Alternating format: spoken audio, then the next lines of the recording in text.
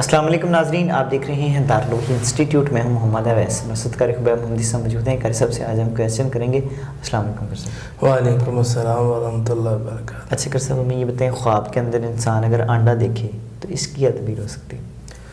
الحمدللہ وحدہ والصلاۃ والسلام علی من لا نبی بعدہ، اما بعد فاعوذ باللہ من الشیطان الرجیم، بسم اللہ الرحمن الرحیم۔ بھائی صاحب، خواب کے اندر انسان انڈا دیکھتا ہے جی تو اس کی اصل دلیل ہوتی ہے نوکرانی پر، موجودہ وقت میں نوکرانی پر، اور پرانے وقتوں میں لونڈی پر یا خادمہ پر ہوتی تھی۔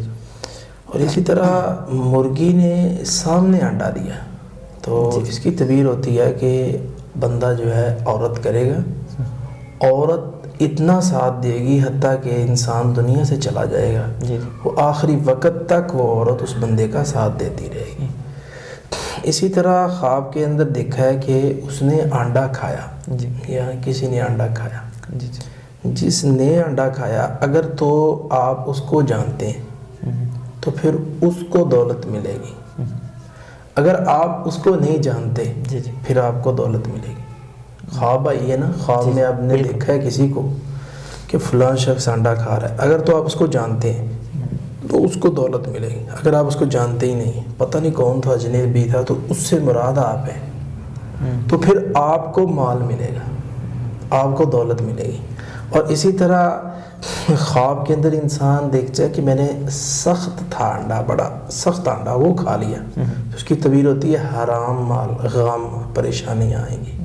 اور اسی طرح انسان دیکھتا ہے کہ میں نے چھلکے سمیت انڈا کھا لیا، تو اس کی تعبیر ہوتی ہے کہ یہ جو بندہ ہے یہ مردوں کا کفن جرائے گا۔